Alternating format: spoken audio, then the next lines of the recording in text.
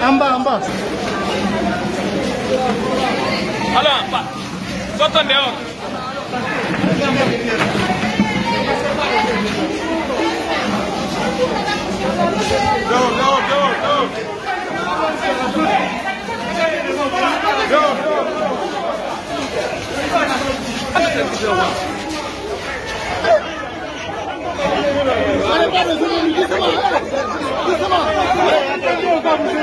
Comment est-ce que se passaient les concertations puisque c'est une première? Bon, écoutez, lorsque nous avons reçu l'invitation, tout de suite on a pensé qu'il s'agissait d'une rencontre de prise de contact, puisqu'il n'y avait pas d'ordre du jour ni de programme. Mais la rencontre a permis aux différents participants, à beaucoup d'entre eux, de s'exprimer. Après avoir écouté le président dans son discours, il a dit qu'il souhaitait avoir la contribution de tous les acteurs politiques dans la construction de cette transition, dans la définition de ces termes, de ces missions et de ces termes. Beaucoup de gens sont exprimés. Je pense qu'on va retourner dans nos états-majors et dans nos alliances respectives pour essayer de formuler par écrit notre vision, nos propositions que nous allons soumettre aux nouvelles autorités. Nous étions réconfortés d'apprendre que personne ne sera exclu et que les propositions qui seront faites dans la mesure où restent cohérentes avec les intérêts supérieurs de la nation seront prises en compte.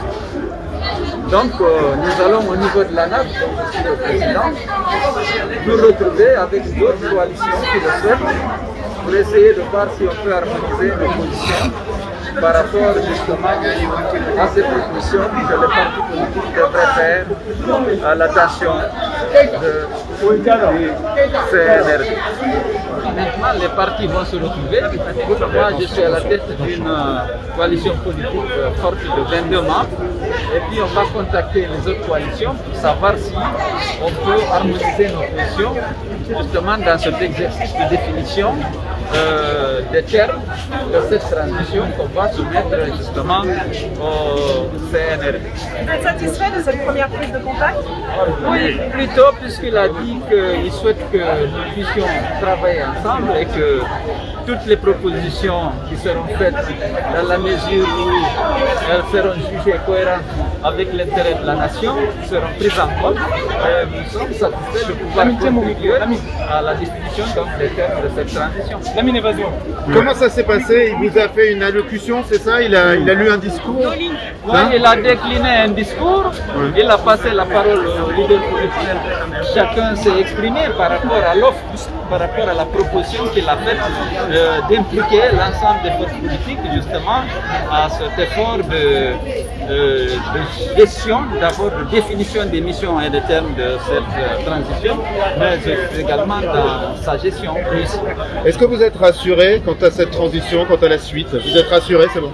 Bon, écoutez, on jugera tout le monde aux actes. Nous, actuellement, je pense que l'ensemble des partis qui ont pris la parole ont exprimé leur disponibilité. Certains ont mis en garde par rapport à certains risques de dérive, de culte de personnalité, toute une série de choses qui semblaient approuvées et nous pensons jusqu'à preuve du contraire, il est de bonne foi et qu'il souhaite recueillir justement les réflexions de tout l'ensemble des acteurs politiques. Est-ce qu'il est prévu déjà une autre consultation? Je ne sais pas, cette consultation-là, cette rencontre est à son initiative.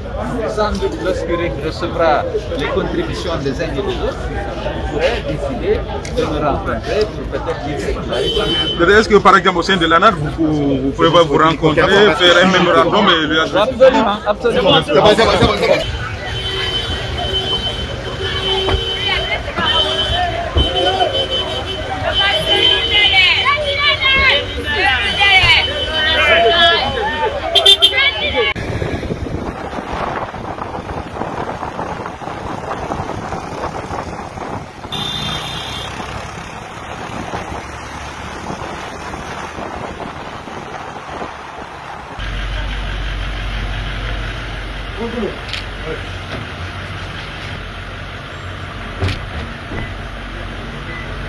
Youm.